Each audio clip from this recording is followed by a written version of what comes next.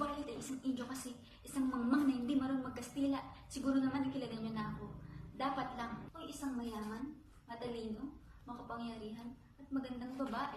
Dumadaloy sa aking ugat ang dugong Kastila. Kailanman ay hindi ako makikipag-ugnayan sa isang Indio. Ako lang naman si Doña Victoriana de los Reyes Despadala. Oo, narinig mo ng tama iyon. Ako'y isang Despadala. Napakagandang apelyido, hindi ba? Probisito. Dahil hindi mo napakasalan ang aking asawa si Don Tiburcio. Nakwento ko naman sa inyo ang aking kabataan. Diyos ko po, napakaganda ko noon. Ang dami kong maniligaw ngunit binugo ko silang lahat. Bakit? Mga Indio sila, mga mangmang, mga pobre. Paano nila ako bubuhayin? Mabuti pa ang asawa ko na si Don Tiburcio na sandayuhan.